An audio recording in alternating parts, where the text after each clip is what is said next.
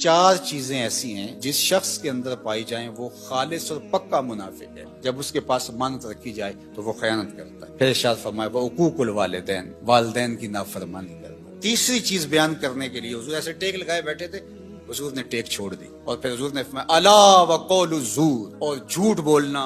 اور شہادت تو حضور کے لفظ بھی جھوٹی گواہی دینا اور جھوٹ بولنا، تو یہ جھوٹ اتنی بری بات ہے. اور فرمایا کہ جب وہ کسی سے لڑتا ہے، کسی سے الجھاؤ بن جاتا ہے تو گالیاں بکنا شروع کر دیتا ہے. حضور علیہ السلام نے یہ بھی ارشاد فرمایا کہ جو میرے اوپر درود پڑتا ہے میرے اوپر لازم ہے کہ میں اس کی شفاعت کروں. شفاعت رسول کے حصول کا ذریعہ درود بنتا ہے، چونکہ ہمارا آسرا ہی حضور کی شفاعت. یہ بھی ارشاد فرمایا آقا کریم نے قیامت کے دن میرے سب سے زیادہ قریب وہ ہوگا جو کثرت کے ساتھ میرے اوپر درود پڑھنے والا. کثرت درود کی برکت یہ ہے کہ حضور کا دیدار نصیب ہوتا ہے. حضور کا دیدار نصیب ہو جائے تو بتاؤ اور کیا چاہیے.